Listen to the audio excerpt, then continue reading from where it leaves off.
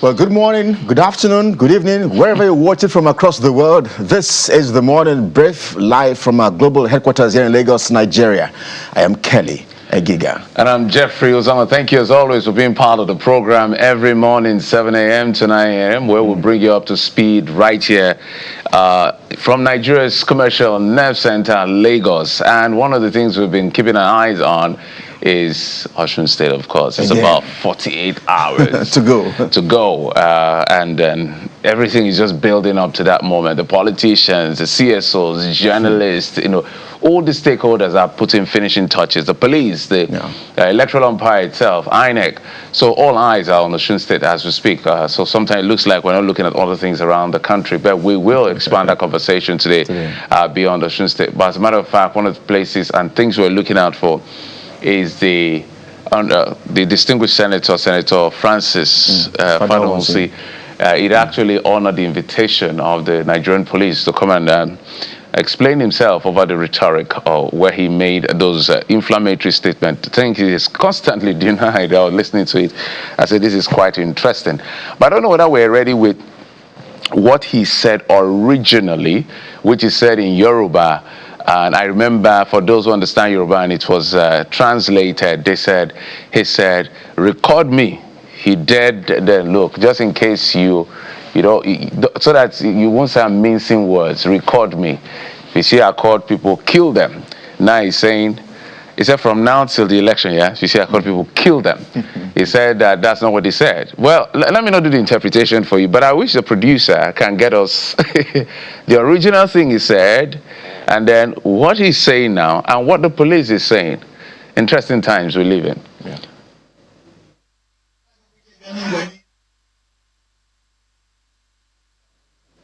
All right, that was just a little mix-up. So let's go back to the original video if you can. Yeah. Okay. Looks like they're not ready for it just yet. But I mean, it's been interesting to see, so we can just do that timeline. Yes, I wanted us to see and hear so that people who understand Yoruba can hear what he said as against what he's saying now. But when we get up, but let's take a listen to his remarks after he met with the police yesterday. We have met, and I've told them what I said, not the one manipulated by these mischievous interpreters of Yoruba language. I'm a Yoruba man. I spoke in Yoruba. If an Igbo or an Hausa or an Igbo woman is interpreting Yoruba to me, automatically, Yoruba means a lot of many things. We said, come between now and Saturday election, we will kill them with our vote. Well, I look at the video, it's almost 38 minutes. A mischievous man, I don't know where he comes from, whether he's on drug or where, misinterpreted from somebody's blog. So we wait until after this to see what we can do legally to such a person. Reports on insightful statements from the distinguished senator, and he was invited here, which you are aware, and we went through some questioning with him for several hours. Investigation is ongoing to the allegations of insightful comment, and we will update members of the public as we proceed.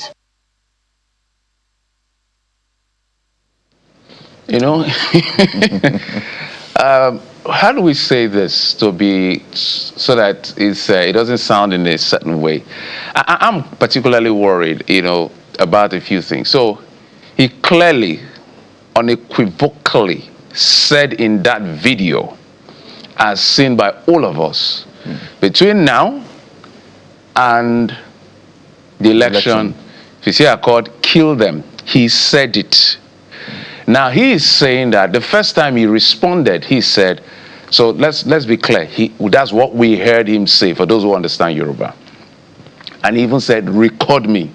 So he knew what he was saying. The next time he came, he said, it's AI. is manipulated.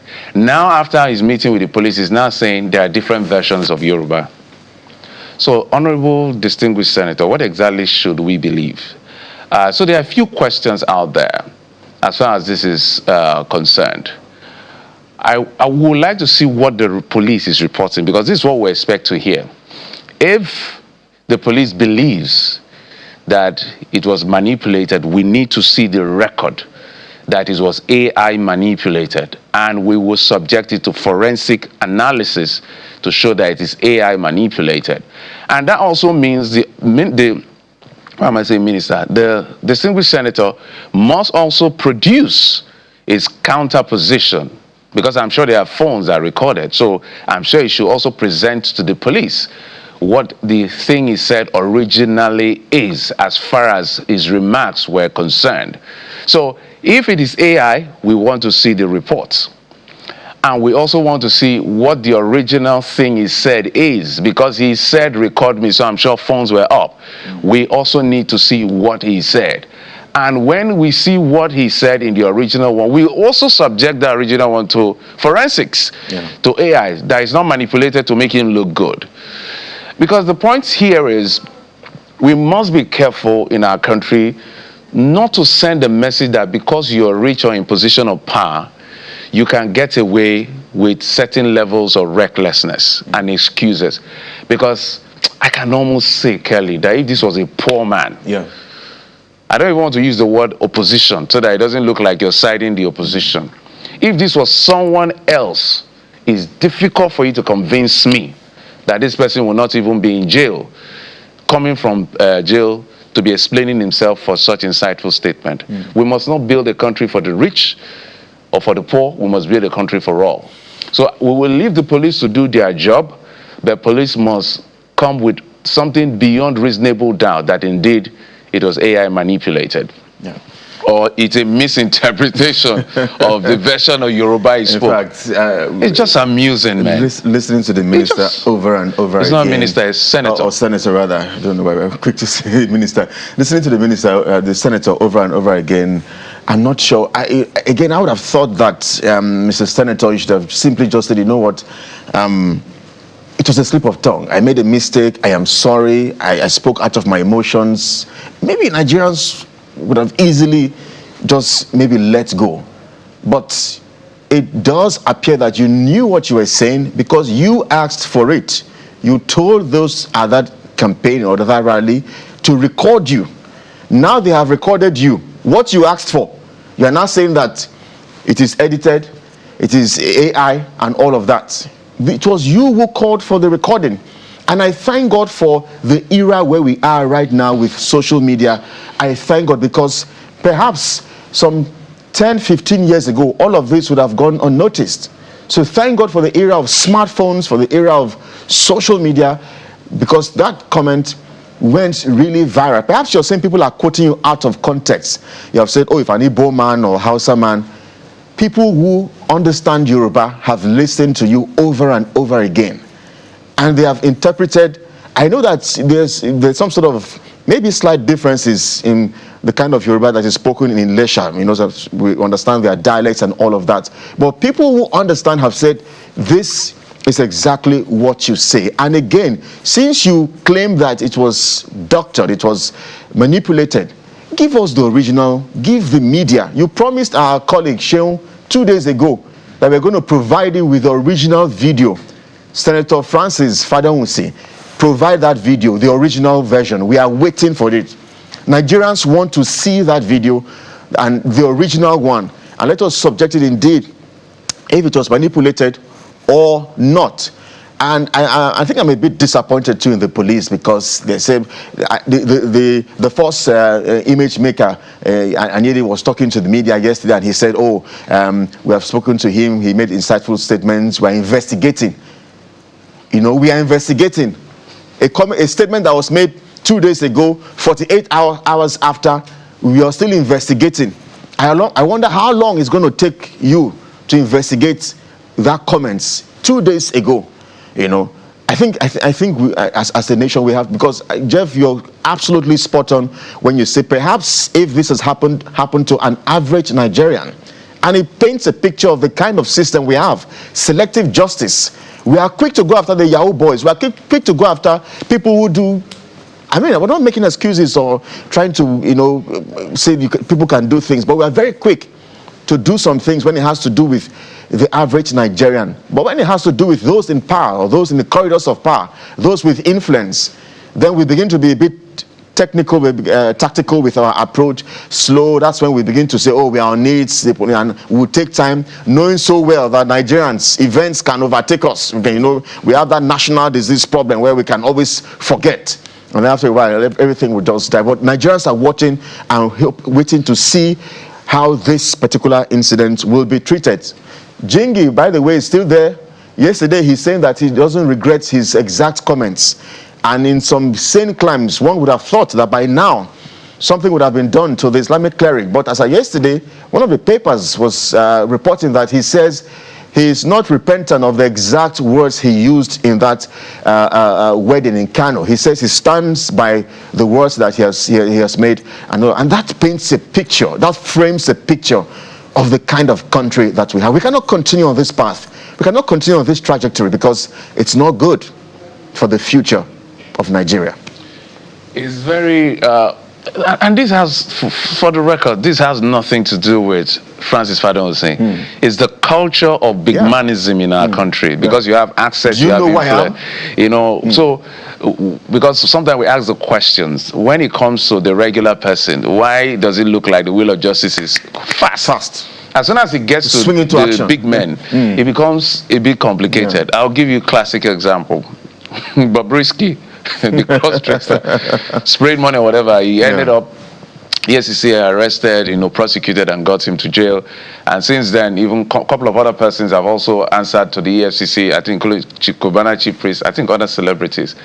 But I remember when we also saw videos of somebody spraying money around Tom Polo when he was dancing. The EFCC has not even invited Tom Polo, to the best of my knowledge, I stand to be corrected, to come and even answer. For it is illegal for somebody to be, were you the one spraying or somebody, what was really going on? I remember when Sean interviewed the EFCC boss, he said they have to investigate. I don't want to quote him wrongly, but I think he also mentioned about videos and all of that. You see, the issue around, I don't know these days, Quam 1 is always in my mouth, Quam 1 and Quam 2, sorry, but I'm just referring, remember that thing that happened, they went and he stood in front of a plane. If that was a poor man or an average man, I don't think the gentleman even got to a police cell to even spend the night, all of that, but somehow, he was decent enough because of pressure to say he was wrong. As a cultural ambassador, he misrepresented himself, the culture, and our country, because he's a national cultural ambassador. It was expected of him to do better. But so, when we see the way justice is, selective in this sense. The reason why we're talking like this, because it hasn't gone to courts yet. It's still within the realm of investigation. I don't know what police is investigating. That video is as simplistic. An average boy in Computer Village will find out whether that thing is AI or not in minutes. They will get to know in minutes. So we'll get to find out. The reason why we're doubling down on this, because Oshu is already highly volatile. We don't need senior persons like that. The man is, in his 70s, senior citizen of our country, it's a distinguished senator. Such things should not be coming out from his mouth. But he said, he's your version of Yoruba or AI. I don't know what to believe anymore. Police, do your job and let's see how this plays out. But now we're going to be, the problem now is that as soon as anything similar happens, maybe an opposition or a regular person, will see how you react. Now, because if you don't follow this thing as it should be, even you as an institution, you're putting the institution in bad light. So nobody say anybody's guilty, but everybody heard what they heard and let the police do their work. We'll take a break and we'll come back after this break. We'll get to see what the papers are saying. Stay with us.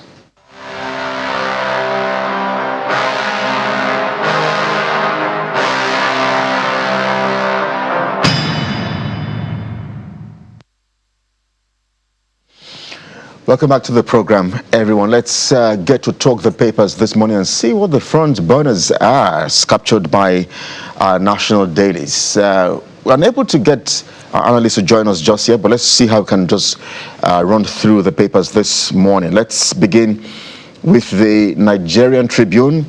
It leads with the big story this week. Osun polls, soldiers, police, NSCDC, EFCC flood state. Osun polls, soldiers, police, NSCDC, EFCC flood state. IGP sends DIG Muhammad to coordinate operations. INEC expresses readiness. 15 parties to participate after inclusion of SDP. Police quiz Fadahunsi over killing comment. Those inciting violence would end up in prison at The Hague, says Hashim.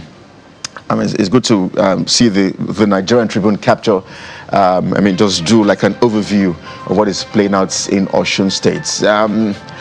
I know that it's illegal to make insightful comments. The penalties, according to the Constitution, I think is somewhere around either fine or a prison term of 2 to 3 years. So it will be interesting how this is going to swing when the police are done with their investigation in quote. But again, the polls in Osun State, just 2 days to go, barely 48 hours to go. We understand that there's a heavy presence of security operatives in Osun State, and that has become a common practice in this part of the world. I saw videos yesterday in Osun State of military vehicles and all of that. It's like we have packed all the NSCDC says we're sending over 10,000 plus officials. The police, I think we hear maybe about 15,000. I don't know for the military, that's the soldiers, whether soldiers or I don't know if the Navy is also involved in all of this. EFCC is also on ground, So I can imagine how Osun State is right now. And I'm calling on residents who are in Osun State to perhaps flood the internet with images of these videos of security operatives, because we hear it's a heavy presence of security officials in Osun State. I wonder when we'll get past that level of having to practically militarize our elections. We have commercialized the elections, we have monetized the elections. Now we have also militarized our elections as well. So I don't know how this is going to play out. When Nigerians see that kind of heavy presence of security in their states, does it give them confidence to go out to the polls, or does it rather put in them fears? Because we know how these things work, or how the average Nigerian would think. When there's that heavy presence, sometimes it could be scary for some people. So that's what the Nigerian Tribune is leading with this morning. The polls in Osun State with barely 48 hours to go. Jeff. Okay, let's go to the Vanguard newspaper. The Vanguard newspaper, we hope we can catch Mr. Ambrose Igboke to join us on the program. But by the way, I'm sure if you pick up a copy of the Vanguard newspaper today, you get to see the front page leading. It's a page 5 read where there's a U.S. report saying Nigeria fails fiscal transparency test for second year. Some of the writers here, budget figures don't add up. Audit office not independent. That's according to the State Department. Says national budget vague on government revenue, expenditure, notes contract delay, details not made public. Fiscal transparency, accountability remain our priority. That's coming from the presidency. And budget, which is a CSO that checks in on the numbers, says budget implementation unclear. And this has been an ongoing conversation. So for context, the president had promised, because we've had overlapping budget, especially capital component of previous year's budget being moved into a fiscal year, and that can be very confusing to the average person. I don't even know whether the government itself, they are able to get their acts around it. And we can talk about some of the revenue elements, which has been quite impressive, but still below to be able to fund the entire budget. For instance, we understand that the president in December had said that by March this year, 2026, he wants an end to this overlapping budget. So we have a proper fiscal year where we have a single budget. So they had to do the repeal and reenactment of the budget to collapse both, but they carried the capital components of the 2025 budget, which was about 30%, plus some additional obligations of government that were added in 2026. That's why the budget was added. I think it came from 58 trillion to about 68, almost 70 trillion, which is the biggest budget size in our country's history. But even that, we could not properly achieve what the president had promised. The 30%, because it's been shifted to September, the capital component of the 2025 budget. So, but the NRS, the Revenue Service, as I said, last year, 2025, they hit about 27, almost 28 trillion in terms of all the revenue accretion from all the sources of revenue. But that's still below the shortfall. It still didn't take away the deficit, but they exceeded some of their revenue target. As we speak, they say at half year H1, but the NRS said they've already done 27 or so trillion, targeting 40 trillion. So when we hear that monies are coming in and we're still borrowing, people get confused. And even the spending itself, because when we make this money, how is our spending priority? Because contractors are not being paid. For instance, the health ministry, which we've mentioned over and over, complain about the capital component. They have a budget of, is it 200 and something billion? About 30 something billion was released on their capital component. We can go to defense as well. It's not in good numbers. So that's why perhaps the U.S. Department is saying that there is no clarity. So there are about 3 to 4 layers of it. There is the revenue element, there is the spending element, there is the deficit element. So if there's a way the government can be a bit more transparent and clear in the budgeting of our country's fiscal system, it will be very, very good so that all of us can understand exactly what is going on. Our budget is 68 trillion. Now the revenue man is saying we have 27 trillion. Why are some of the things we're expected to fund not coming through as it's supposed to be funded? So there's a lot of vagueness and lack of clarity in some of the things that we do in terms of budgeting. There was even the issue of some revenue not captured in the budget itself. So I can go on and on. I don't want to convolute the issue because when it comes to finance, it can be a bit confusing sometimes. That's why it has to be as simplistic as possible, especially for the layman and the average Nigerian. So there's a responsibility on the Minister of Budget and National Planning, a bigger responsibility on the Minister for Finance and Coordinating Minister of the Economy to come clear and transparent when it comes to our budgeting. As simple as how much we are making, what is our deficit, why we can't fund this part of the budget. If there are things that are not captured in the budget that we're seeing monies being spent on, let's let them explain to us, where are you getting this money to fund these things?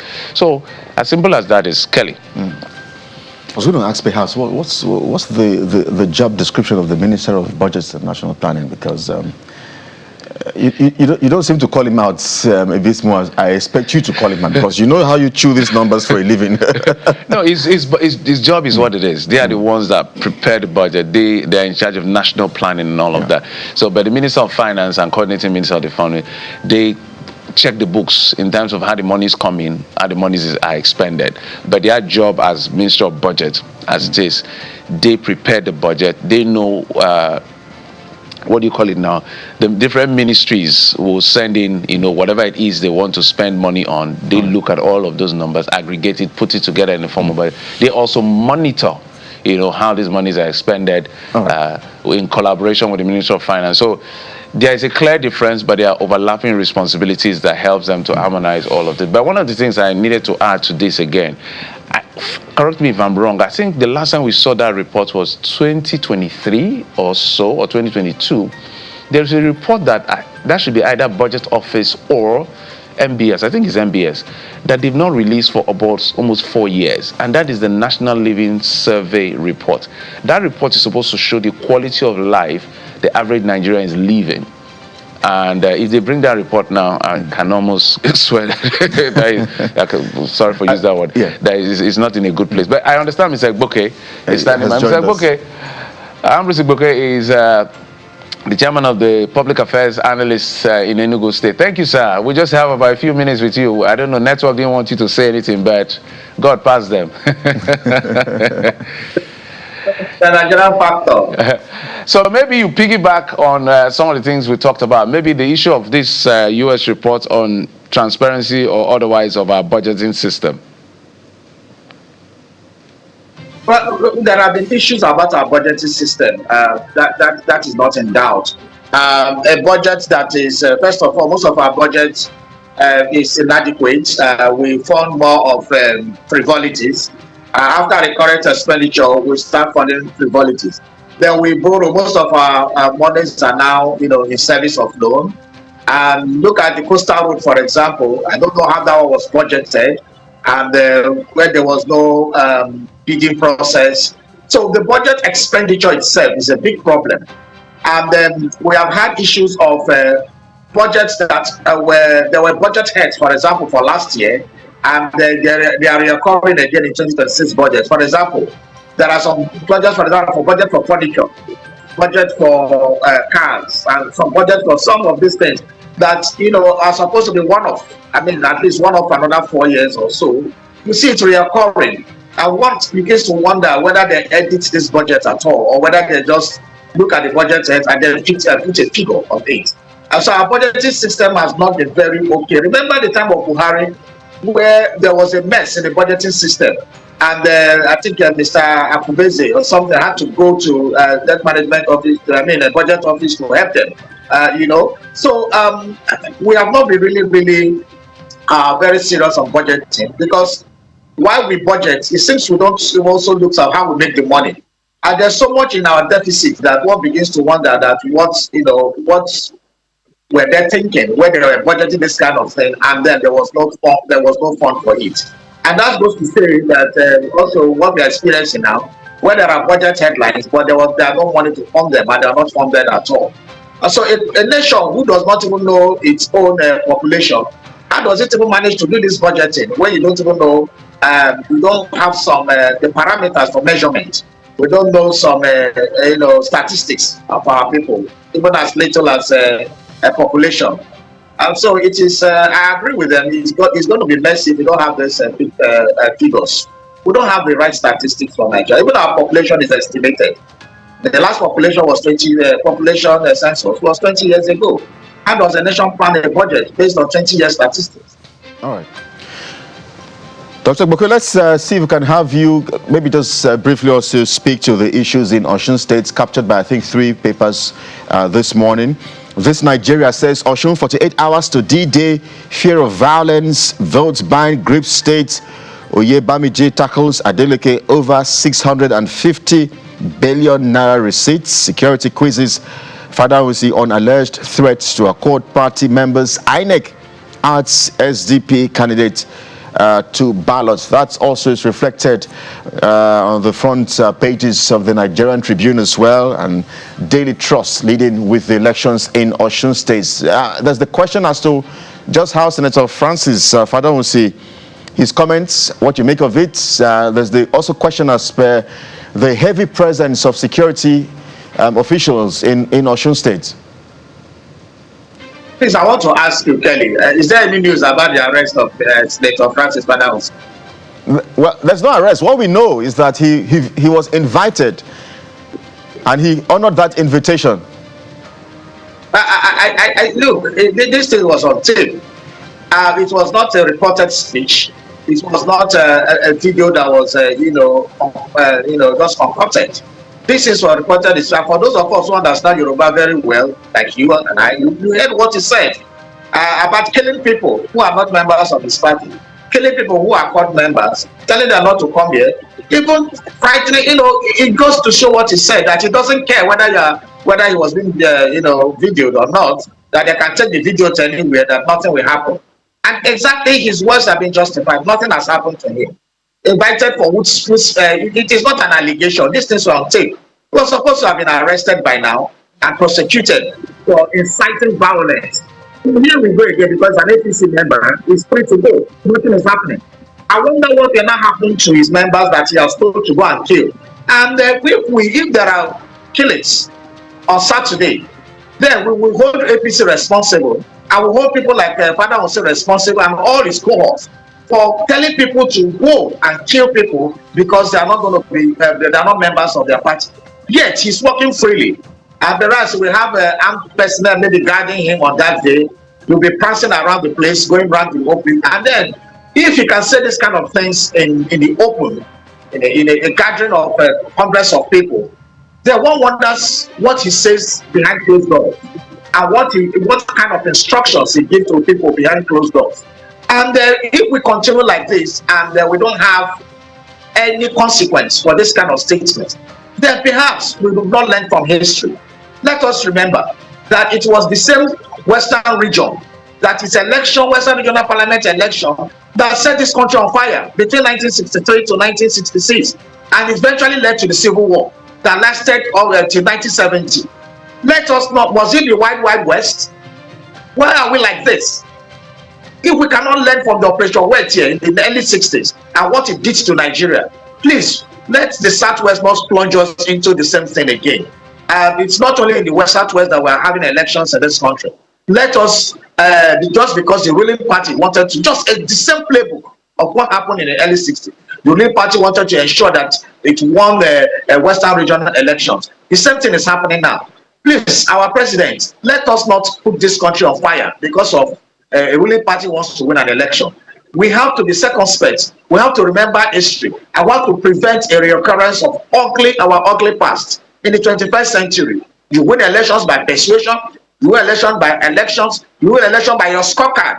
And you win election by maintaining the dictates of democracy, not by brutality, not by force, not by killing, and not by coercion. Thank you so much. It's a very disturbing situation. In fact, right now, we don't even know who the aggressor is, because on one hand, the APC says the Accord Party, they are the aggressors.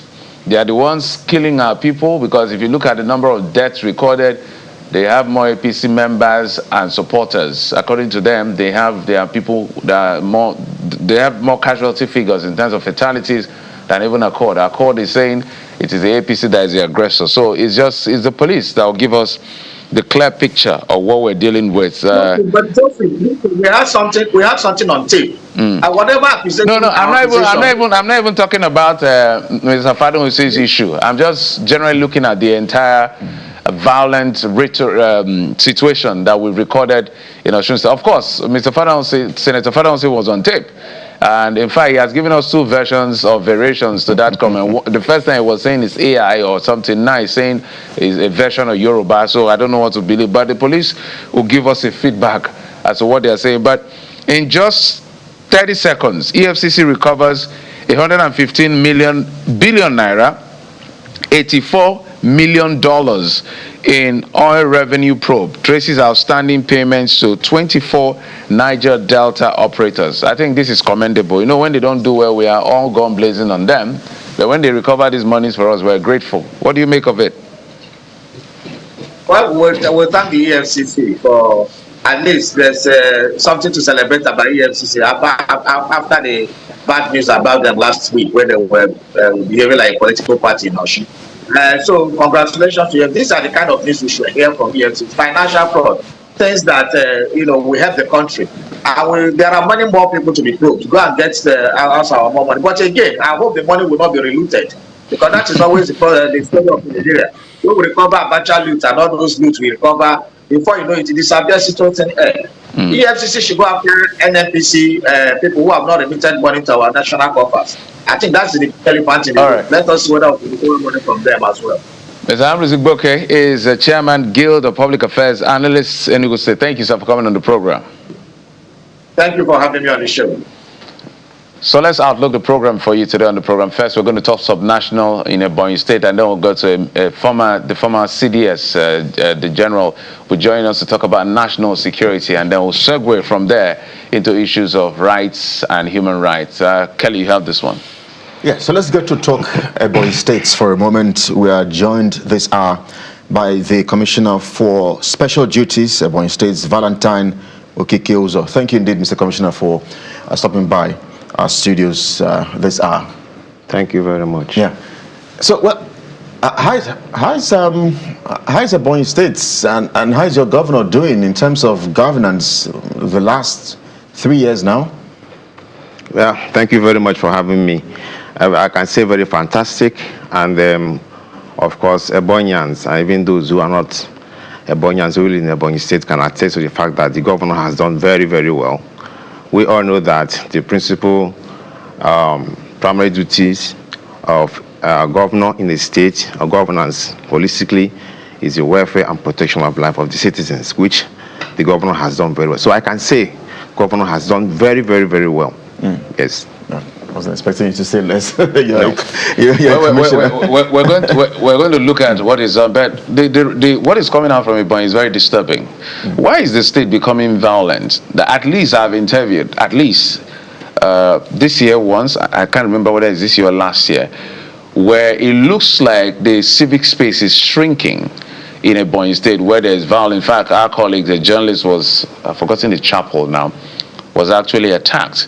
And I was listening to, I think, the PDP gentleman last night, and he was talking about the fact that it is the aides of the governor who are behind all of these attacks. In fact, from his mouth to my listening ear, he said that some people escaped being burnt alive. Why the hostility? Yeah, Jeff, I want to say that the work of opposition is to cry foul when there is no problem. It is not work of opposition. If you give me time, I will explain. Just hold on. Yes. Just hold on. I don't want us to go there. You talk about opposition. Okay. I'm saying I've interviewed at least 2 journalists, or twice journalists have been here to say they were attacked. So I'm not guessing what I'm saying. You understand? Because they went to cover an opposition rally. Thank God you mentioned opposition here. Yes. So that is the point I was coming from. You know, sometimes, even when the governor is doing very, very well, the opposition will still see nothing out of what he's doing. Their job is to criticize the government very badly, not to even recommend for the good things the governor has done. Their job is to make sure that the things the governor is doing, nobody sees them or hears about them. Now, the issue you just raised about people attacked, I can tell you, I stand to be corrected, as most of the times, it is the same opposition people that stage those events to look as if it's the people, the APC people that are doing that. It has happened often time. Like you mean the opposition, they attack themselves? It's not about attacking. So the opposition will organize thugs to attack themselves and attack journalists. If you see the scene, the picture of what they sent, you see the chairs are turned upside down, about 2 broken, and pieces of bottles broken on the floor. So that is not what opposition can do. Did they show you pictures of where people are actually trying to physically assault them? No. They show you pictures of bottles on the floor. Who attacked the journalist? I wouldn't know. I was not there, but I'm telling you. So why are you speaking on something you don't know and you were not there? Because I saw the pictures. These are the things. These are the evidence they show on the media space. You can't speak about what you don't know. But Jeff, you were not there as well. A journalist was on TV. Yes. And spoke about his ordeal. Okay. So that is the fact. I listened. Do you understand what I'm saying? That's a reporter who said they were in the crossfire, whatever it is that was going on, and they are blaming. The opposition is blaming it on the All Progressives Congress. And I'm saying to you, sir, that what you are saying is based on what you hear. You are not there. And I'm also telling you that I was not there, but I saw pictures, the same opposition displayed on social media. They didn't show where people, there are people of the same place. Who then know those people who came to attack them? Who then show pictures of those? At least people allow them to cover. Journalists, when they go to events, they are allowed to cover events. It has never happened in Ebonyi where people attack journalists. To my best of knowledge, I have to be corrected twice. That's what I'm saying. So those people, you're not on ground to understand what is going on. No, I do, sir. But I'm telling you that the same way other political parties have people who cover events, same way the same particular, maybe it's PDP that is telling you this. How come it's only PDP in Ebonyi that is raising all these concerns? They are the biggest threat to your party. Which other party is there that can threaten your party? There are other parties there. Like which one? NDC is there. ADC is there. There are other parties. Okay. Let me tell you, the last election that PDP came, they made the same. They painted the picture of, being haunted by the government.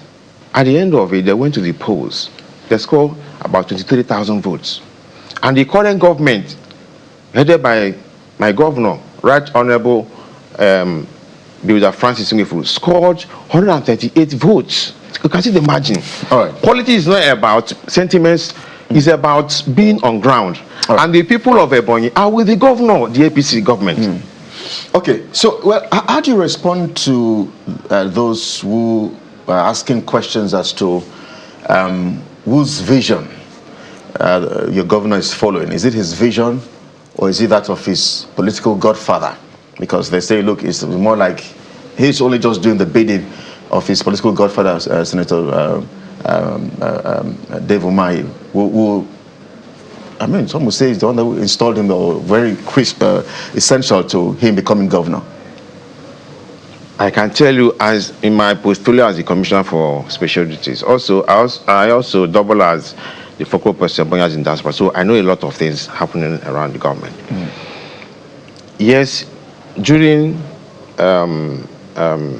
transition, of course, one person must hand over to another person. From the beginning, the former governor said he wouldn't have anything to do with the government. Once he hands over, he will retire. And that has been what is on ground. And anybody who knows the current governor is like a crocodile. You don't go to his water anyhow. So he's determined, he's very unassuming, he's calm, he's a very gentle man, but we do not take him for granted. So he's not doing the bidding of anybody. Remember, before he assumed office, he convened a national conference of all Ebonyans. The purpose of that conference was to seek their opinion, and what came out of that conference was what is known today as the People's Charter of Needs. So why is the governor not? I mean, because it's one of those states that it looks like the governor is unpopular. In fact, that those who even query your governor's charisma as the governor, I mean, we're not hearing or seeing so much from Ebonyi State. Why is that? Why is that the case? The reason is that my governor does not believe that we are going to help a person go with camera. There are governors that will commission one project of a kilometer of road, and they come with national television, spending billions of naira to cover 1 kilometer of road. But my governor has done something that most people have not heard. So he's not somebody who wants to come to the media to showcase what he's doing. So what has he done that most people have not heard? I'm going to tell you in a moment. Please tell us. Now, in education, for instance, currently, there are 302 students of Ebonyi indigene studying in the UK, their masters. And of course, you know the huge amount of money spent, 302. Now most of them have finished the masters because of the sterling qualities of what they came out of first class. About 70% of them made first class. Governor has directed that they should... That they had a distinction. Distinction, yes. Some of them, they have been ruled to do their masters. That is a project of a government. If you check the huge amount that has gone in there for 302 students, and about 700 are in Nigeria, plus or minus about 1,000 Ebonyans who are enjoying scholarship of the government. That's a huge investment in human capital development. Governance is not all about structures. No, tell us more. I mean, yes, I'm coming to that. So 302 abroad currently, and about 700 in Nigerian universities. You've made that case. Because why I'm asking this is that I know Ebonyi. I am from Cross River State, and I had to pass through Ebonyi to go to Enugu State for my traditional marriage. So I'm familiar. I have to pass through your place to go to Enugu. And when I passed through Ebonyi some years ago, when Dave Umahi was governor, everybody saw, in terms of infrastructure, the bridges, the quality of roads. Everybody have been amazed by the work that he did as governor. So are you saying that your governor in 3 years perhaps has outperformed his predecessor? Because all you've only said here to me is the students who are doing masters. Because you don't allow me to land. Okay, please land. That is human capital development. I also take you to civil service. Ebonyi was created in 1996, 30 years after. We have had successive governments, about 3 or 4, and non-paid gratuity and gratuity. But the governor came for 30 years. All the retirees are paid pensions and gratuities.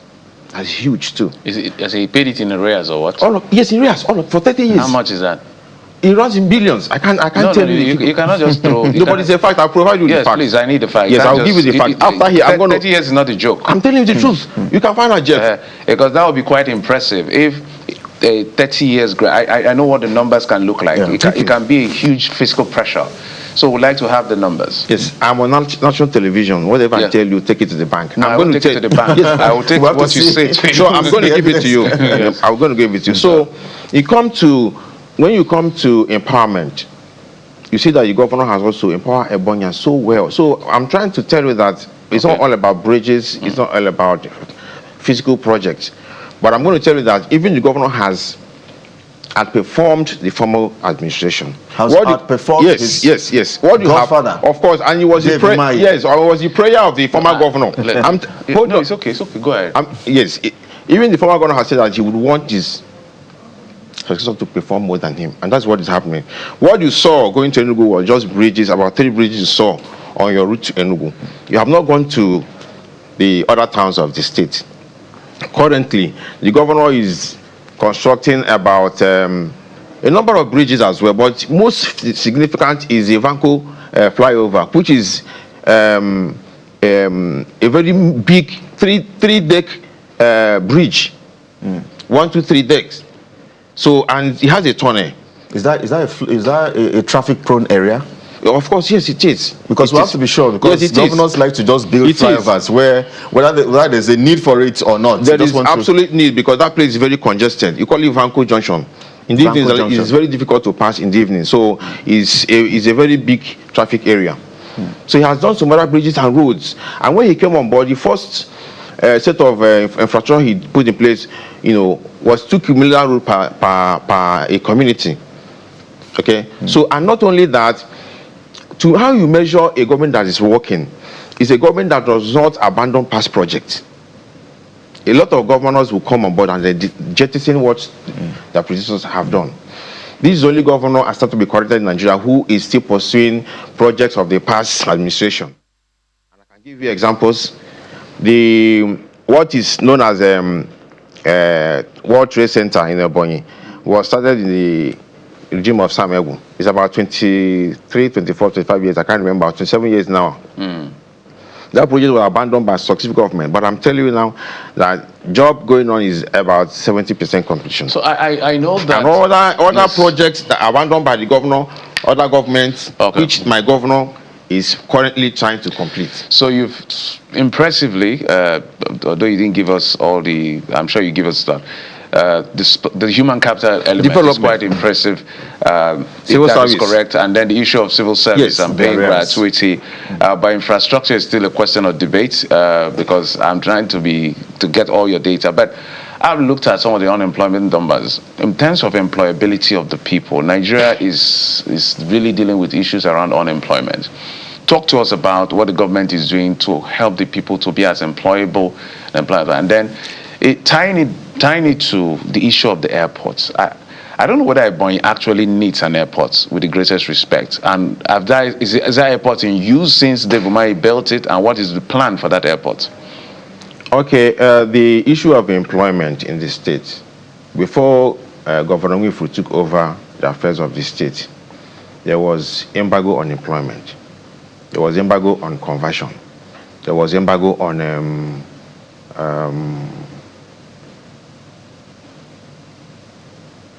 employment generally. So when he came on board, he started with the university. He employed staff to fill vacancies because a lot of vacancies were there. Some died, some retired, and nobody was able to fill the gap. So he employed. In the area of health, when he came on board too, he did not only employ, but he also made sure that doctors, their welfare is taken care of. He employed over 2,000 staff, nurses, medical doctors, pharmacists, and radiographers. Well, you're talking about government employment. I'm talking about the environment for industries to thrive. So because government can only employ what they can employ. They can't employ too much. So that it doesn't get over bloated. I'm talking about the private sector. So what is the economic advantage of what does Ebonyi? What can we say is the economic advantage of the state called Ebonyi? Are they agrarian people? It's not as if I don't know something. I want you to say it with your own mouth, so that we can query what you've done to aggregate it and upscale it. Yeah, thank God you have mentioned it. Ebonyi is known for agriculture. So, and a lot of people have trooped in to invest in agriculture. The government is not also... Such as which companies? Or, I mean, the private sector like FDI coming in Ebonyi State? Yeah, the Ministry of Agriculture will have facts about that, you know, but I know that the governor has put in place modalities that invite and make investors to come and invest.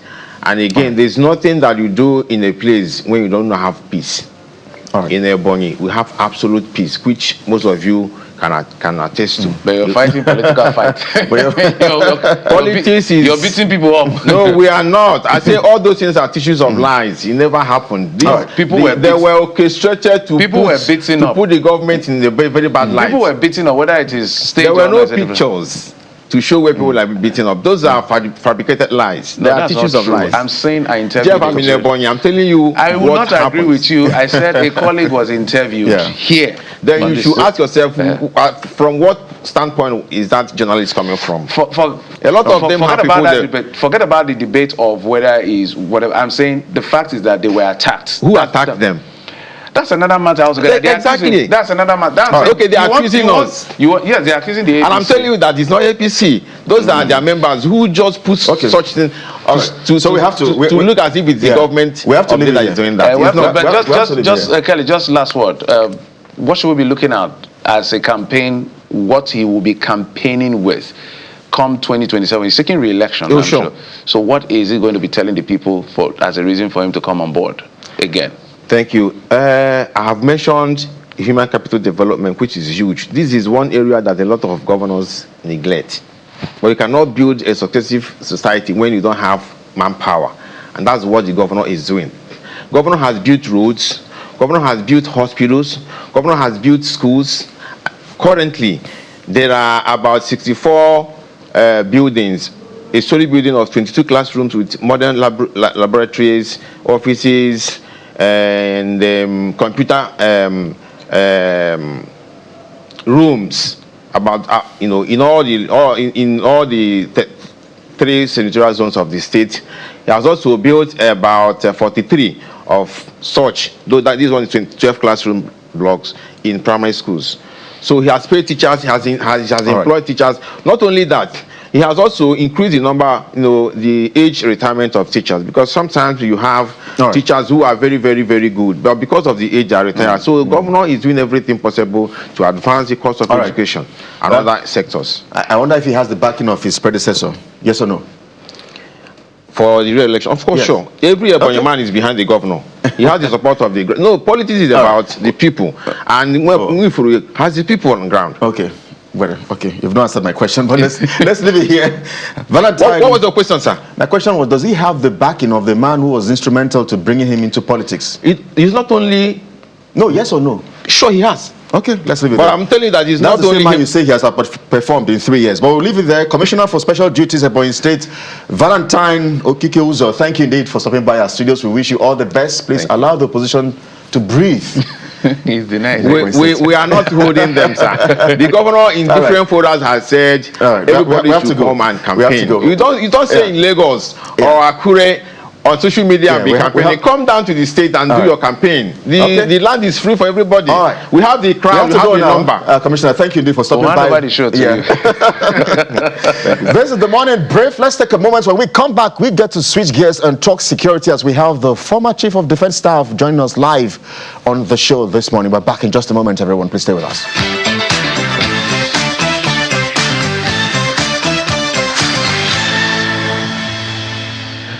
Let's switch gears now to talk about national security, and no better person to help us talk about this than the former Chief of Defense Staff, General Lucky Irabor, joining us from Abuja studio. General, good morning and welcome to the program. Thank you very much, Jeff. It's good to see you. I'm glad to be here. The last time I sat and listened to your presentation on the issues around state of emergency, quite an impressive paper with a lot of applause. And I think we can glean from it to see how we will help the issue of national security. But I want to start on something not too heavy so that it can help you segue. for us in the conversation. And one of the lines of that presentation is, he said, resonates deeply, lived realities of someone like me who has borne the weight of national security on the front. Your responsibilities, your duties, your obligation to the state. Talk to us about what it is to be somebody at that level who bears the responsibility of national security, because when it fails, all of us are coming gun blazing on you.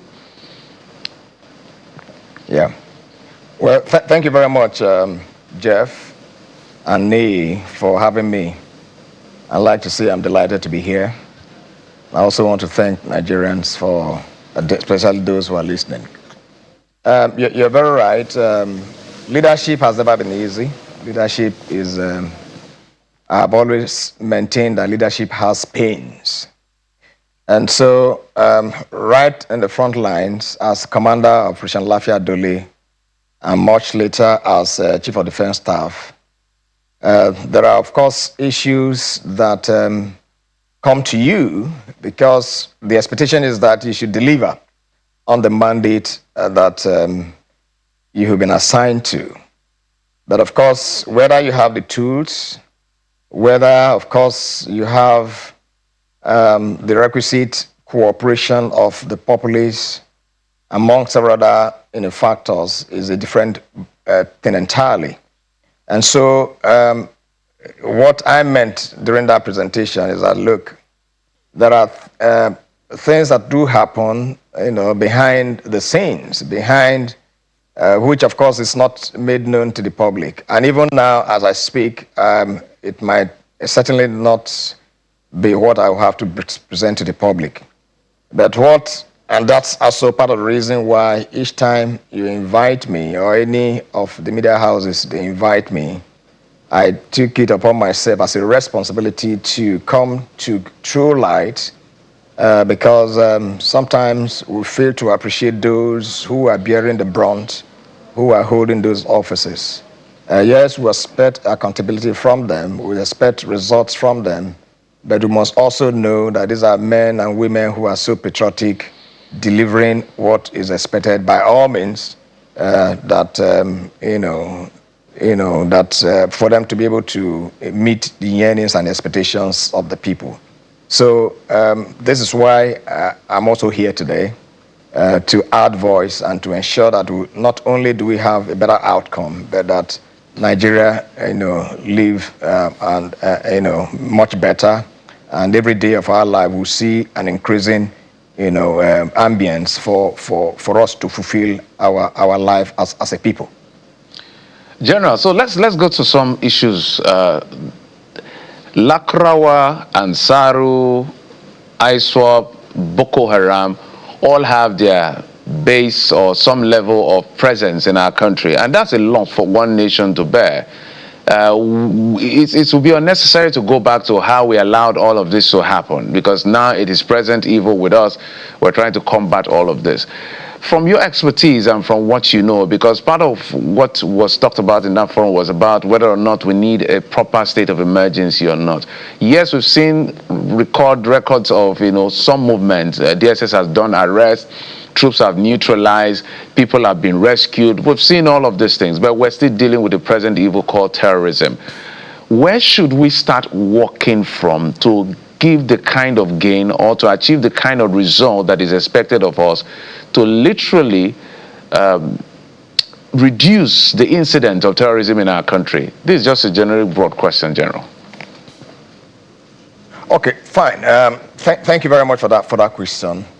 A starting point, of course, is from a hybrid perspective. Hybrid in the sense that not only do we encourage the troops, who are engaged in the kinetic aspect of the operation, but to also, look at other aspects which, in general terms are referred to as non-kinetic, which, of course, essentially hovers around good governance.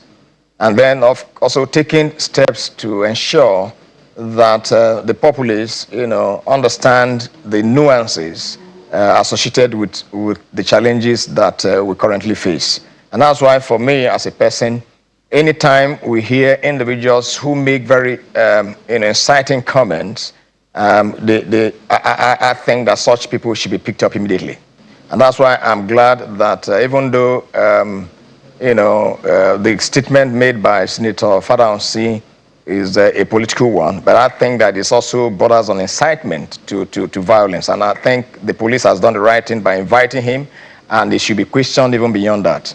Added to that, of course, is the Sheikh in Kano, Sheikh Jingil, who also made some comments, which, of course, I believe is also inciting, that could also add to the bouquet of threats that we have. He also should be arrested. And I also believe that the various comments that someone like Gumi has been making also demands, that he be, called, not just to order, but of course, invited and arrested, and for them to, in order to, show, to let the populace know that there's nobody who is above the law. And then when you say things that are not right, you should be called in to answer. And I think if we do that, then of course it will give some form of advantage, or if you like, some form of motivation to the defense and security agencies, especially the police, the DSS, and of course the military. And then, of course, those criminals in their various hideouts will also know that it's no longer business as usual, because you must understand that the criminals who may be behind the veil are also looking at those of us that are in the open. What do we say? How does it align with the ideology, or if you like, their thinking? And so when they hear such comments from these individuals that I've just mentioned, it motivates them. It gives them the impression that, look, so we are on the right course. We are not acting, against the wishes of the people. So they think that they are getting support in that sense. So for me, in a direct answer to your question, is that we should have a hybrid approach. While sustaining, the kinetic operations, we must also, ensure that these other aspects are taken care of, wherein, those who offend the law are called question. And of course, for us to also ensure that issues that have to do with good governance, making provisions for unemployment to reduce, and also taking steps to ensure that the economic hardship that is currently, we are facing in the country is also reduced. So if you like, the combination of all these, what I believe will be able to give us some respite. And so once that is sustained, then over a period, you realize that we will no longer be hearing of killings and violence on a daily basis, that life begins to get better and better as we go by. Well, General, fantastic presentation, again, referring to your presentation at on the states of the nation, and as well as issues around the national emergency declared on insecurity. I think it's been over a year, or almost a year, since that was declared, somewhere around November 2025. There are those who would question, beyond the president's words of declaring a state of emergency on national security or insecurity, what has changed or what has happened, which you captured in your presentation. For someone who was commander of Operation Lafia Dole, which is now Operation Hedinkai, what makes the security of Nigeria really, really complex and complicated? Because Nigerians are always asking, why is it easier? I mean, there was a time where, for instance, some Americans were, I think, kidnapped, and it took about maybe 7 or 9 American soldiers to come into the country, got the job done, and they left. But in this country, people are held in captivity 56 days in Orire, for instance. In Borno, Goza, we hear that they've been there now, headed for maybe 90 days. In fact, Alain Dume has been crying for quite some time, mentioning about 5 areas in Borno State where people have been kidnapped and they're still in captivity. In fact, we understand that there are places, maybe you can also confirm that for us, General, in Nigeria, where the people fear the bandits more than they fear the Nigerian army or the police. So what makes our own security architecture here is so complex and complicated that it's so much for people to comprehend? All right, let me thank you for General this Kelly. question. And even though I've made representations in the past, General Kelly, answer to this, I think it bears repetition here. No doubt we have capacity challenges. There's no doubt about it. But I usually say that Rome was not built in a day. And let me also reiterate what I started with, which is that coming to this station to speak to issues is from the position of knowledge and understanding as to how things work, how things are, and how things work. Now, you see, when there is nobody, especially speaking for the defense and security, that is the military, the police, and of course other intelligence services, there is no officer of any of these establishments that will go to sleep when there are issues. Now, for the military itself, we have had series of training, series of meetings, series of conferences, and seminar in order to look at some of these issues. Now, there is a gap, and that gap it might not be right for me to come to television and to begin to read them out. All I can say is that, quite a lot still needs to be done, and I think that the representation which I made that day is also, which you reference, is also what I believe that, is the issue. Many of the challenges, of course, are already been, I would say they are known to government and they are already working at it. And I think this must have informed the President Commander-in-Chief recently making the intervention regarding the army, which of course I believe is also the first step in the very long journey on reprofessionalizing the armed forces. So ditto for the police, ditto for the DSS and other agencies. And don't also forget that the financial implication for some of these interventions is not something that is small. And if I may reference, what you said regarding the issue with the American citizen who was kidnapped, and then of course there were some forces that came in to rescue them. You should also ask yourself currently what the issues are with the U.S. and Iran. And let me also perhaps mention that if you bring side by side the budget that the U.S. spends for their military, for their defense and security, relative to ours, certainly, you can't compare them. So that does not imply that we must do as the U.S. It is always necessary for you to be able to assess what you can, what is possible, and then for you to build that capacity over time. And I think that that's exactly what is being done.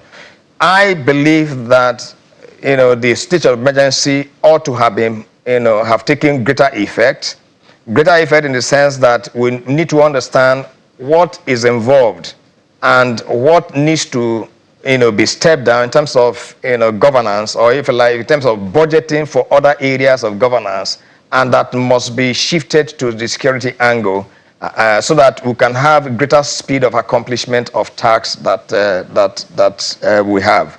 But that we have not seen. The reason for it, like I said, I'm not in government. I said it before.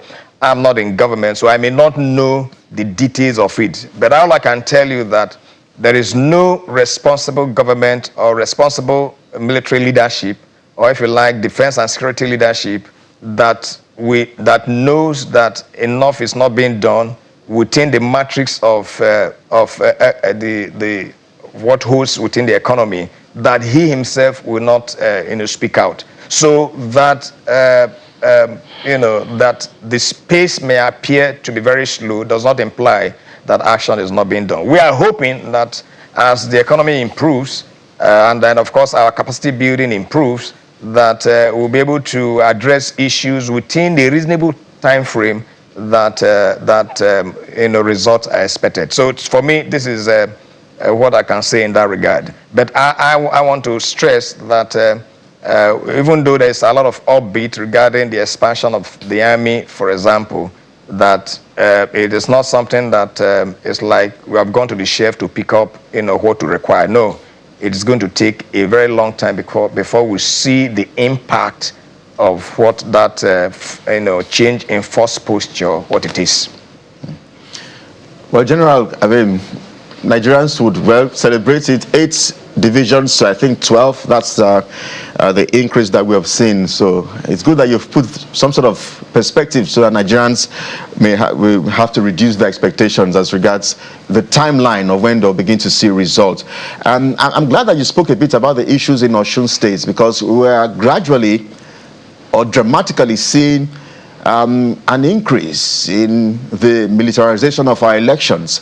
And I wonder perhaps if you think this idea of always having the military contributing to the elections, I wonder if you think it's a dangerous path, because something that it's also contributing to the military being overstretched. We hear there's a heavy presence of the military in Osun State as we speak. Yes, of course. It's something that is concerning to me and to all many Nigerians. This is not, of course, what we hope to see. This is not what is good enough. And of course, when languages like what Senator Fadaunsi, used, when we begin to hear them, of course, they are reminiscent of the First Republic, which does not augur well for us. I thought that, now that we're in the Fourth Republic, that we would have learned from our history.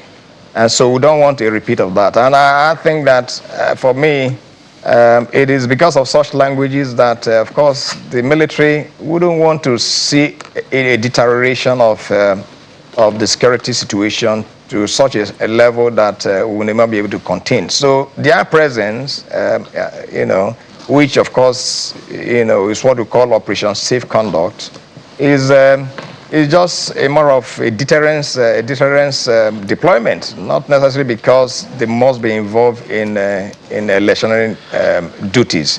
This is perhaps for me, even whilst as CDS we have looked at, and to say, look, can't we begin to see how we can reduce our presence? But you see, it's one thing to wish, it's another thing to evaluate the realities and see what is possible. I want to, counsel our politicians to be measured in their,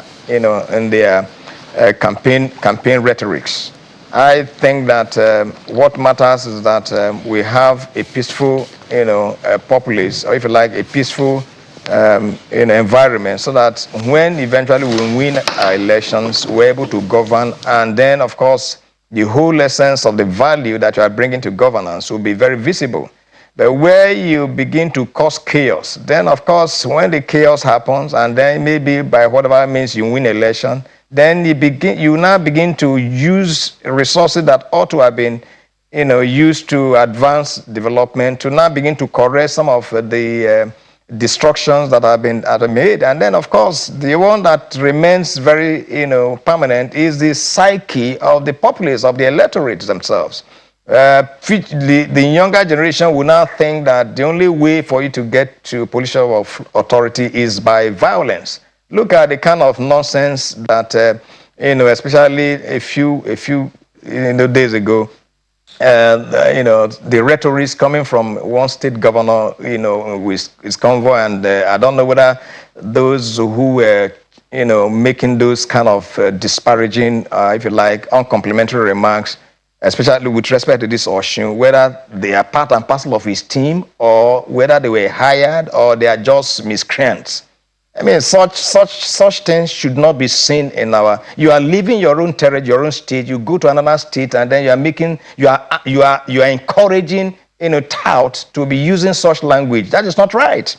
And so these are the issues that perhaps the military, the current military leadership, even the commander-in-chief may have seen and said, look, please let us ensure that we do not see a breakdown of law and order. So I believe that the deployment of the military in Osun currently is more of a deterrence value to send a signal to miscreants that should they have if they are nursing the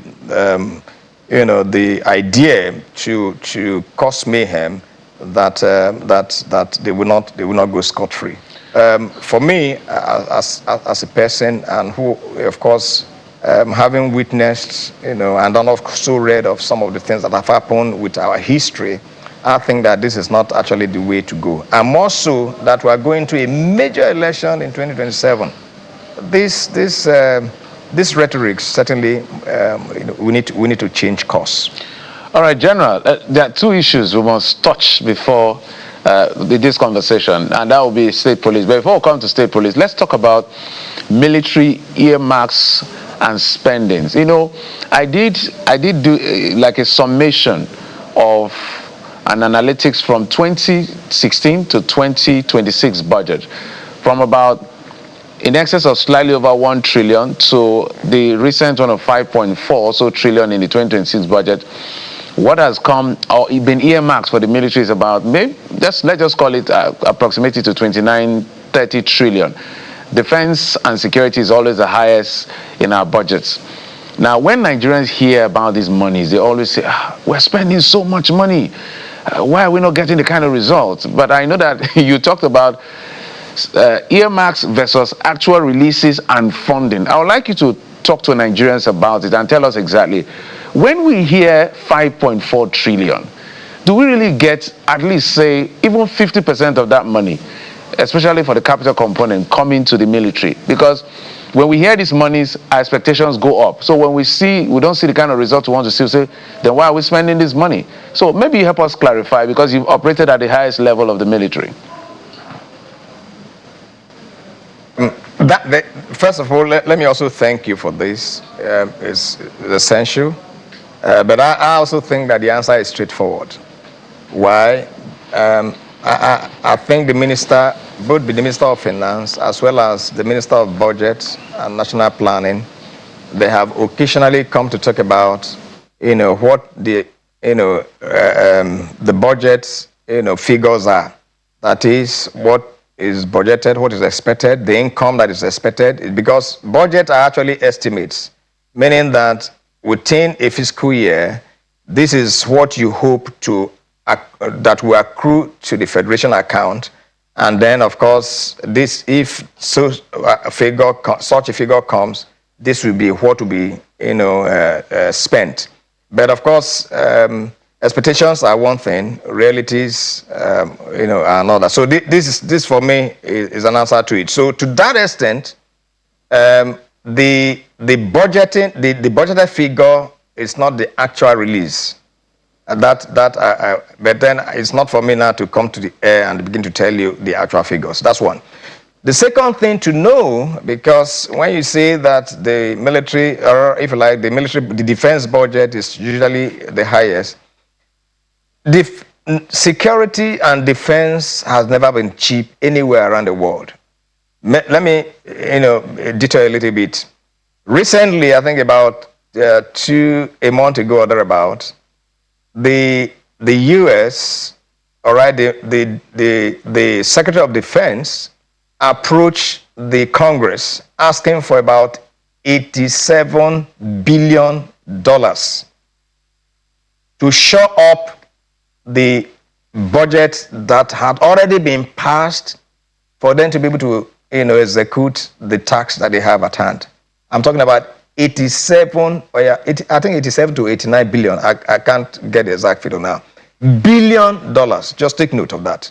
Now, come back to us. You're talking about 5 trillion naira. So how much is that in dollars? The reason why I said you need to denominate it in dollars is because the defense equipment that we have or that we use, they are not denominated, the cost, all right, the purchase, the procurement are not denominated in naira. So whereas the volume in Naira might appear, high, when you actually disaggregate it, you realize that it's not as much as what you think. But in any case, that does not imply that it's not huge. No, that's not what I'm saying.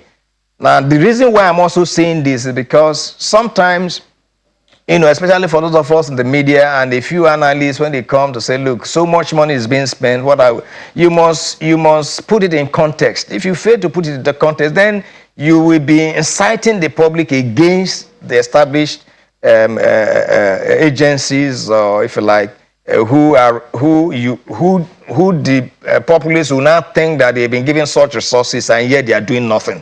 So this is the reason why some of us come to comment on things like that. Otherwise, the government, will hold those that they have given resources to account. And then, part of why also some of us also come to comment and clarify is also to change the orientation of some people, especially a few elites who may not be seized with the nuances of defense and security, administration.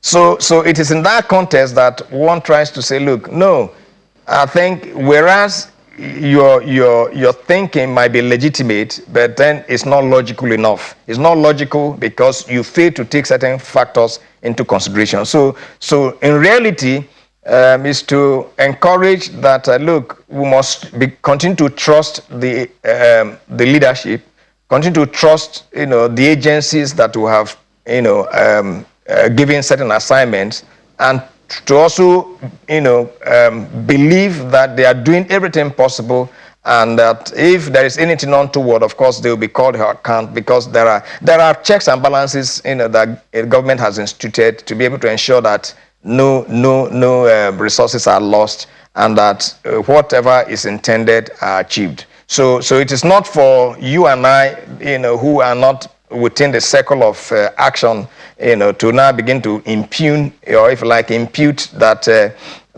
certain expectations are not being met. No. So I thought that it's essential for us to focus more on the fact that these men and women who are in the front lines, they are doing the very best, and that they will continue to give in their best under very difficult circumstances.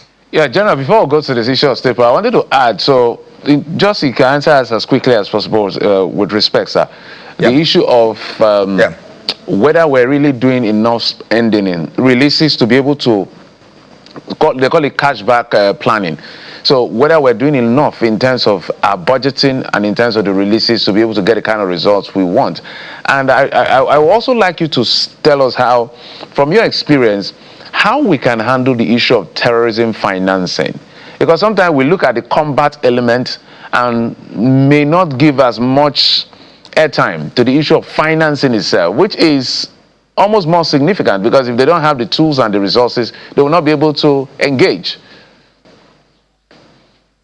All right, so you have more or less come to why I have always advocated that we should have state of emergency and even the declaration of war, because the declaration of war has its instruments, and then the instruments, of course, will be authorized by the National Assembly so that it becomes a law. So this is why what I meant during the presentation that you referenced, that we should know what to suspend and what to push to the future, all in the interest of the current, which is security. So because budget can never be sufficient for everything for you to be able to achieve what you want, some aspects need to be suspended. That is because you are not having enough, in terms of input, financial, or if you like, resource input into addressing the current challenge. So it is from that context that I want to say that no, enough is certainly not being given. But then you must also rationalize it with other elements, if you like, other aspects of governance, of the economy. So this is why, if you do a cost-benefit analysis of what we must do, then of course you come to a conclusion that, look, let us suspend A, B, C, D in order to optimize the outcomes within the security sector itself. That is on that. On the terrorism financing, of course, is key, and a lot is being done. It is not for me now to come to the air to begin to give out or give suggestions as to what needs to be done. That suggestion is already being passed to the relevant agencies, because you should also know that whatever information one gives here, you are also giving it to the adversary. So it means you be telling them, look, we already know your TTP, okay? Change course. So but it just, all I can say here is to re-emphasize the fact that yes, taking out the source of financing is like taking out the oxygen that fuels terrorism. And I believe that this is part of what the defense and intelligence agencies especially, what they are working on. Well, General, we need to touch base with state police, because in that presentation, you say state police is absolutely imperative. You say it's the way to go, because you said the police, you reminded Nigerians that the police is responsible for internal security. I just want to read perhaps what you said at that meeting. You said, what we must not do is repeat the error of creating a structure that looks like reform and functions like the same old problem in a different uniform. And that's perhaps is the concern of many Nigerians, just how state police is going to work. There are those who query that if the government at the center that is promising to make state police work or not allow the governors abuse it, though some query that they are not able to implement the Supreme Court judgments of local government autonomy except in Osun State. How then does the federal government or the government at the center intends to make state police work at the subnationals without the governors abusing it? So thank you very much, Nii. No doubt. Well, General, for me, General, you've referred to me as Nii. The name is Kelly. Oh my God! I'm sorry. I'm so sorry. Just bear with me. It's fine, General. Maybe I'm giving you a new name. Okay, so I'm sorry. I'm sorry about that. No, it's fine. It's fine, General. Yeah. So state police is imperative for so many reasons. One, I've said it before. State police is not about bringing policing to the grassroots. No, state police has to do with the level of authority, where instructions are given and where responses are received.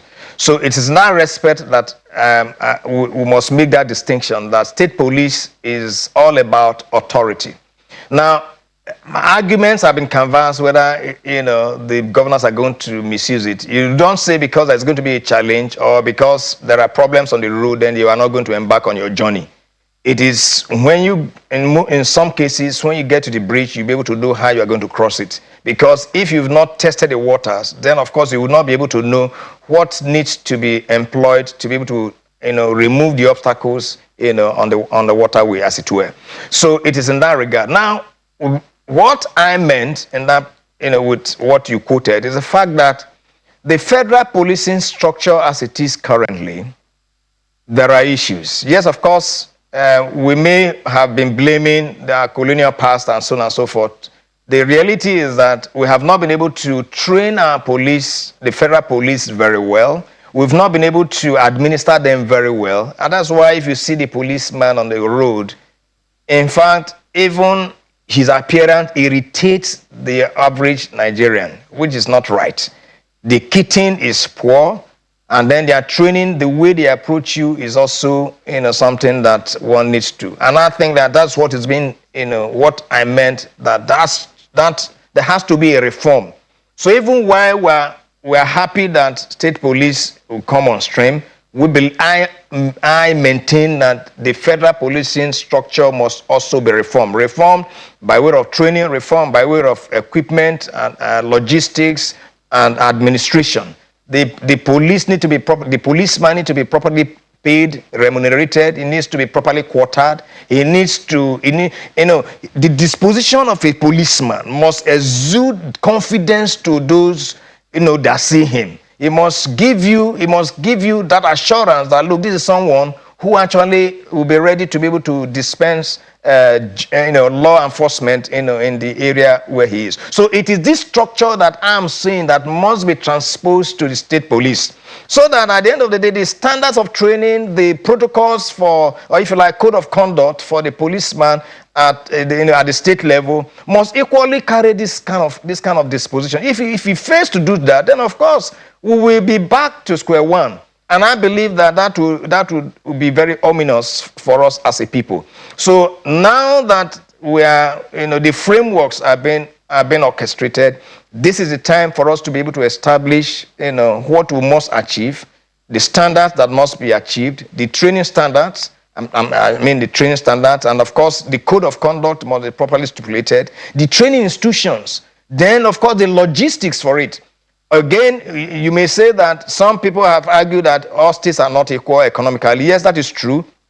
It does not imply that we are going to have, the state police, being activated in the 36 states of the federation at the same time. No, the geography of threat, the geography of incidences, they are not the same across the country.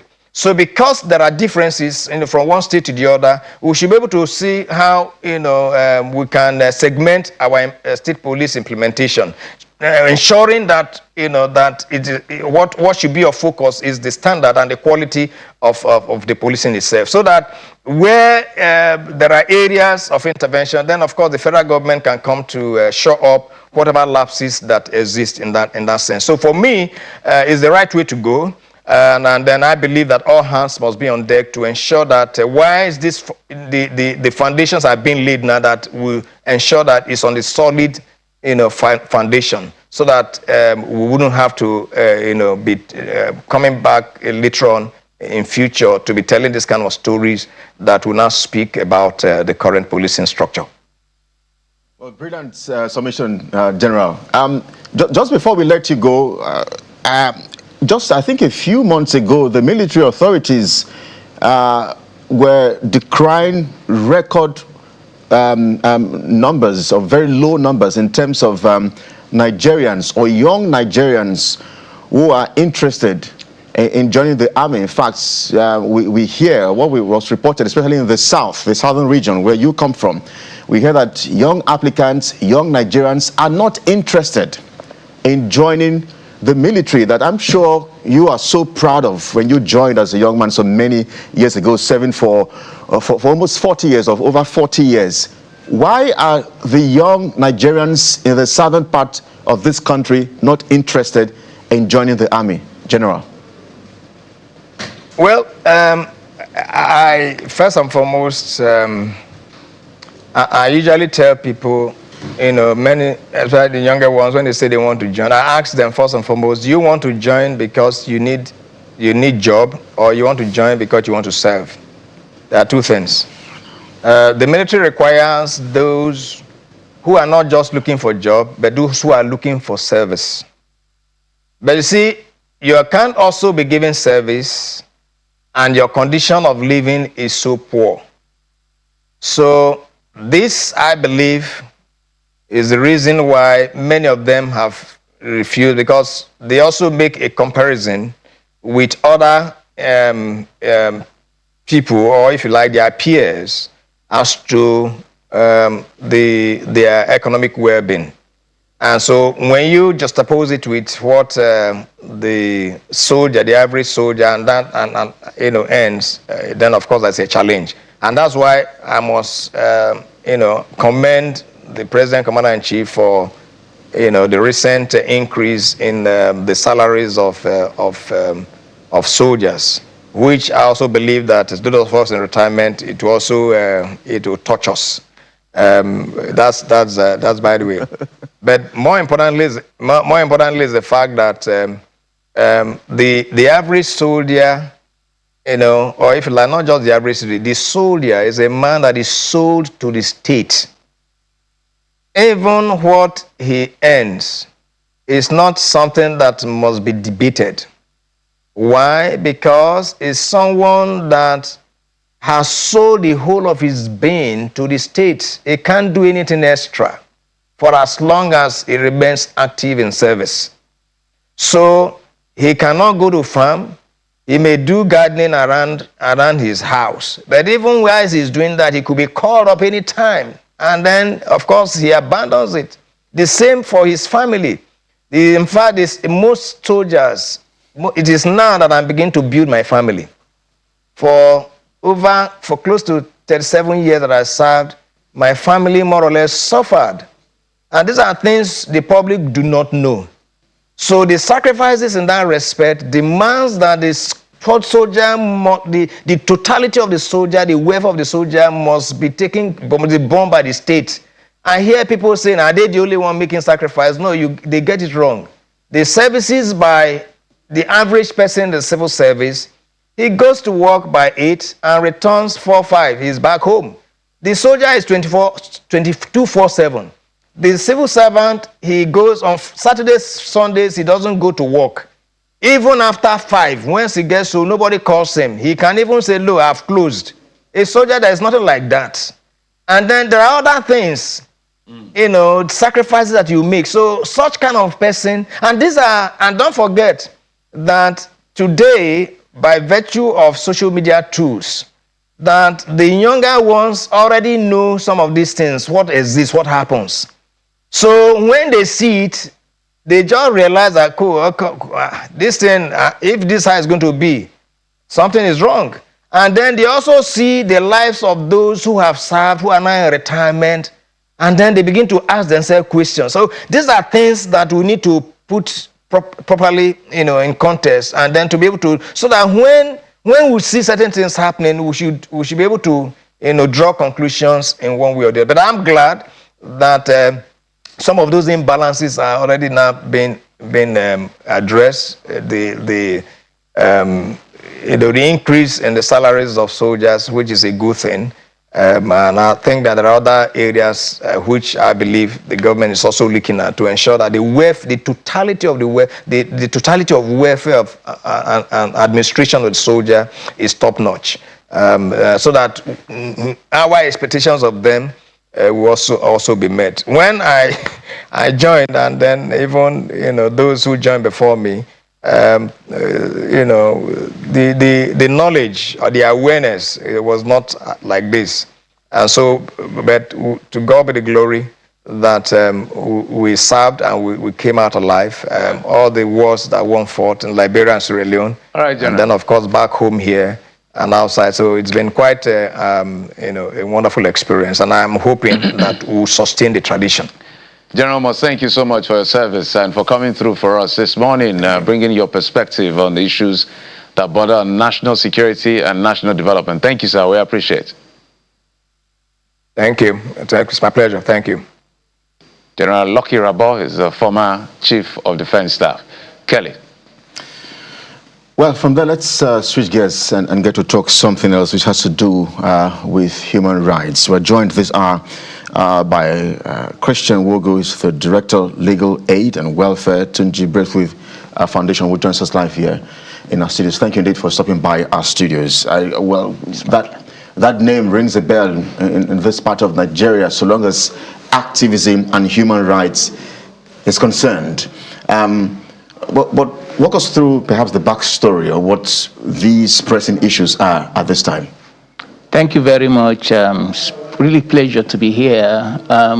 Tunji Braithwaite, of course, like you've said, his reputation goes before him, even in demise. When I mean demise, even in death. So Tunji Braithwaite Foundation is the structure on ground to pursue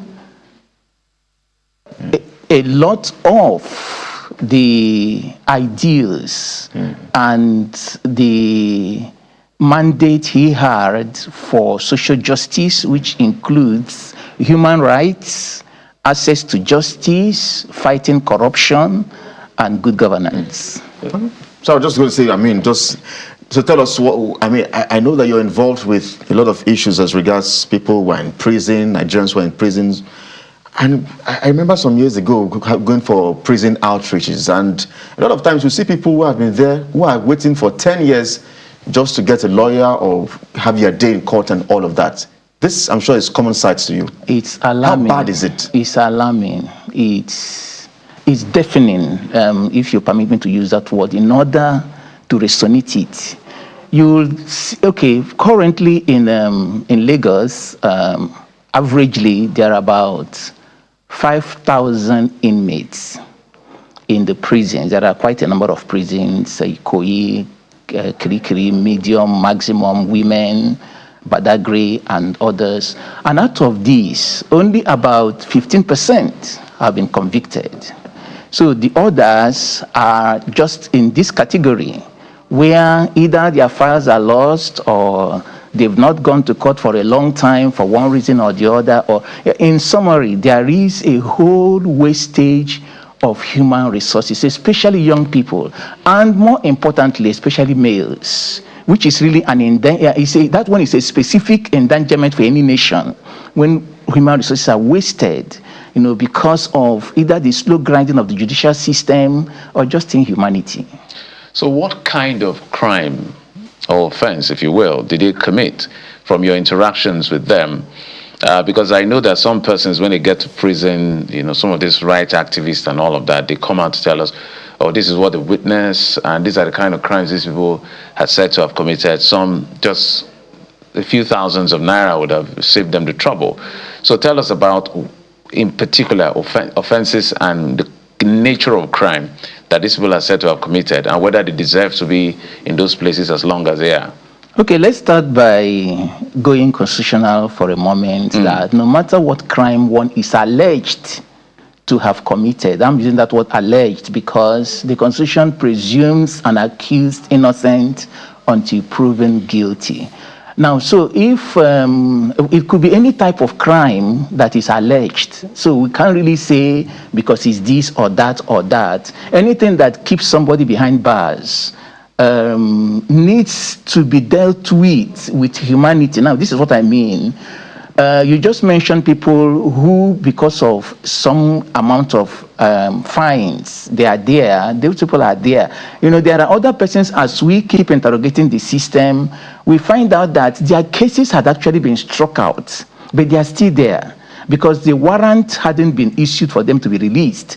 And there are other people who, in fact, when we are talking to one of the officials, he's saying that, look, a situation where somebody climbs a mango tree, which overlaps with the correctional center, and he breaks, and the person drops in the correctional center, the person is in. Really? Yes. It's as Can you say that again?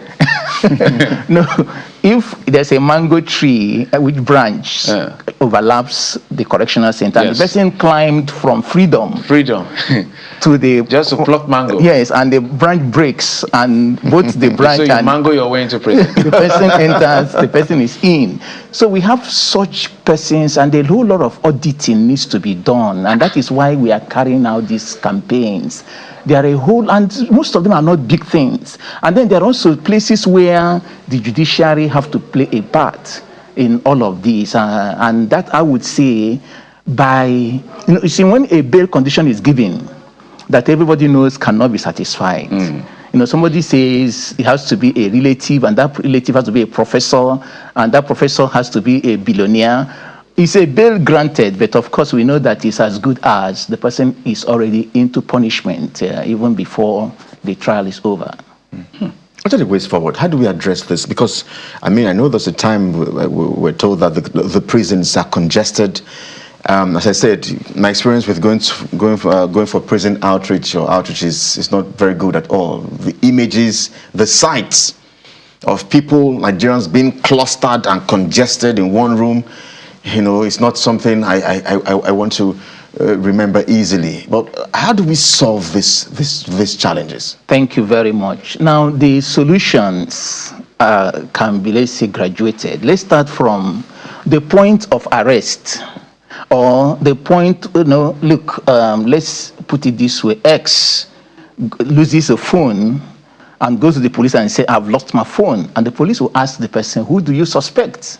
Now, the person thinks, who is this person that I have had issues with all this while? Okay, is my neighbor upstairs. Now, a particular case I handled, it's just about this. A woman lost her clothing items, and then she comes to the police and says it was the maid. And the maid was incarcerated, in fact, tried. In the process of trial, I represented her.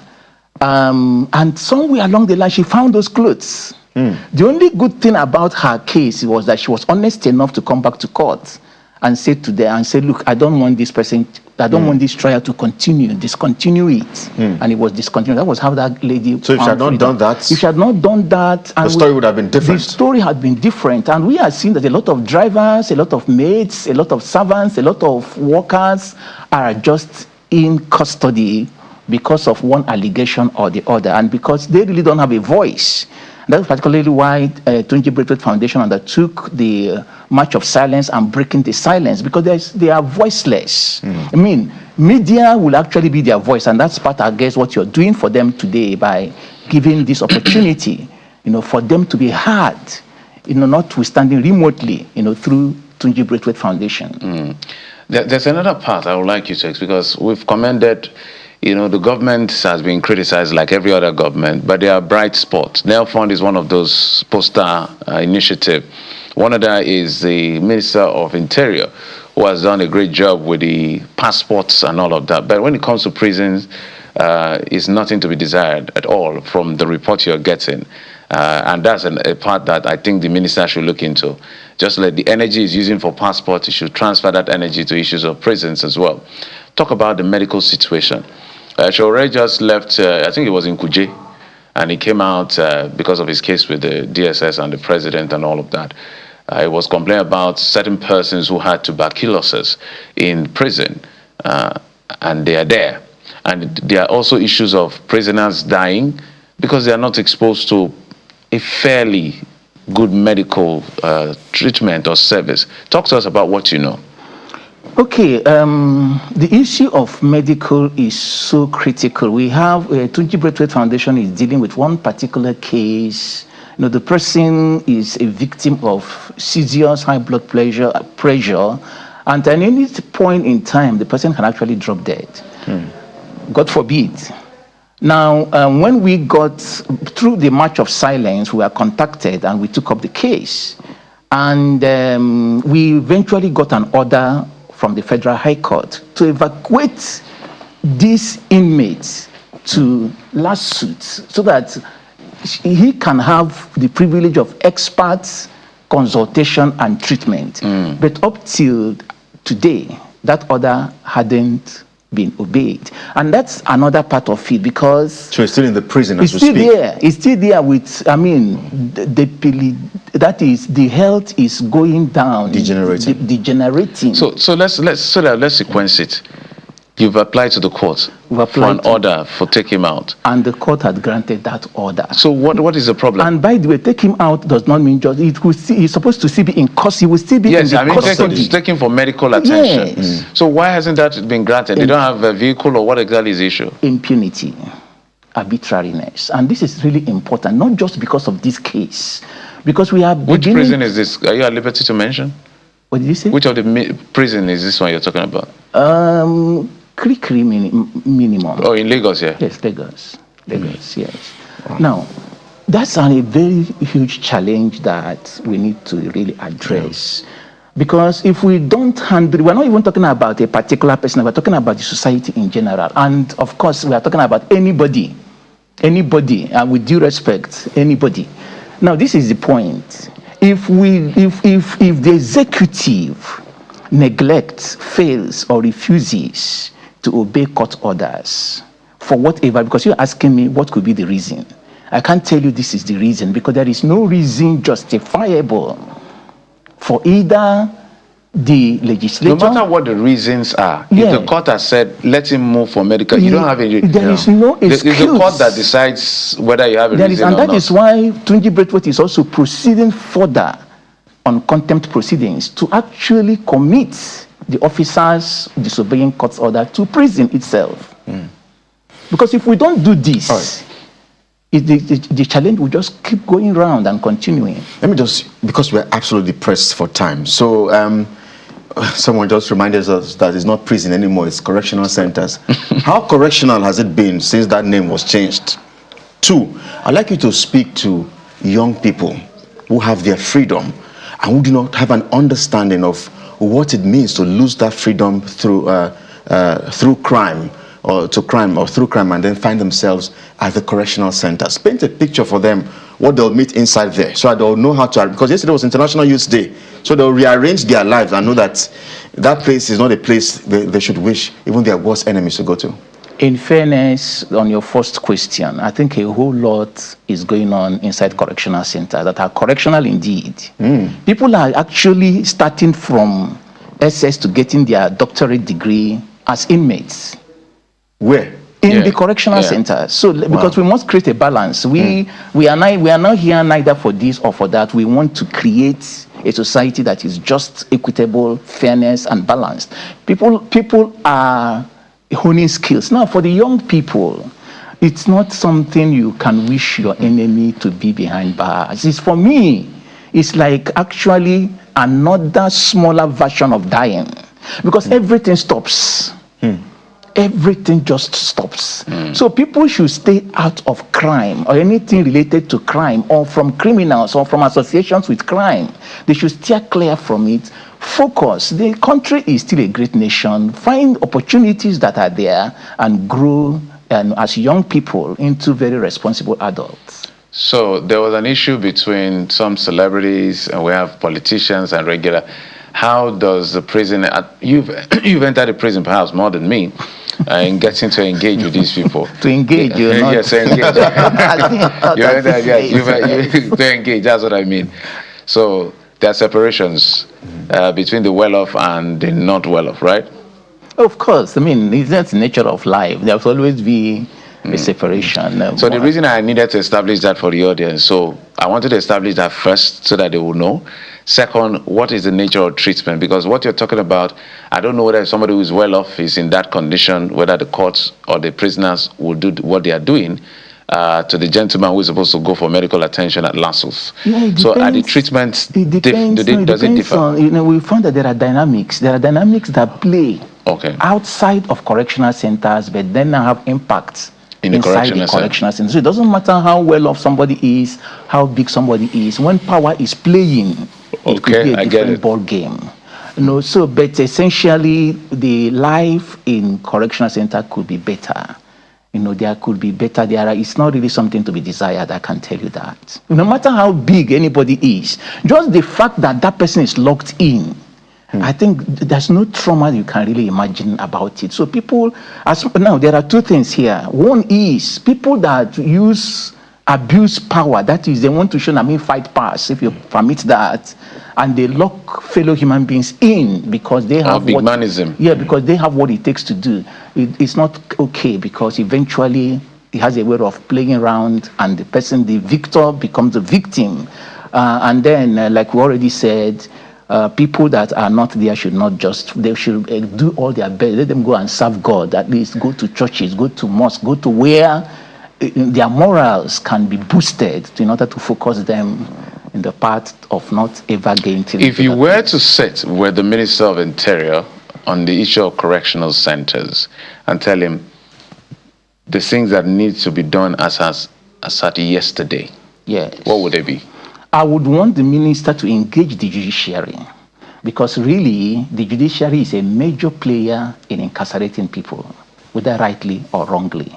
Like I said before, when bail conditions cannot be met,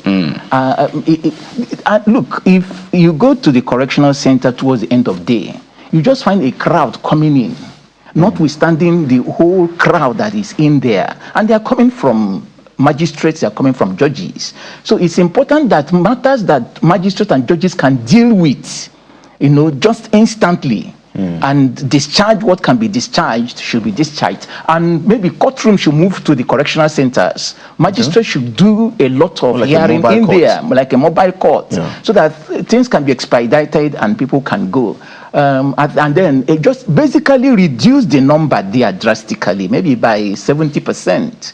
I think it will just be a greater place maybe to think about.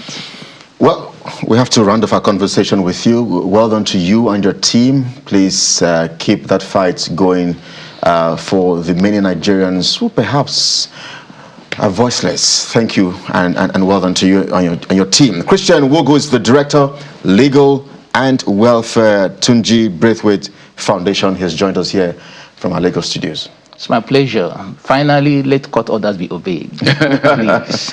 All right, so I'm sure the courts, please hear that. Let court orders be obeyed. Well, this is the show. Thank you indeed for watching. Sunrise Daily is up next. I am Kelly Egiga. And I'm Jeffrey Ozongo. Bye-bye.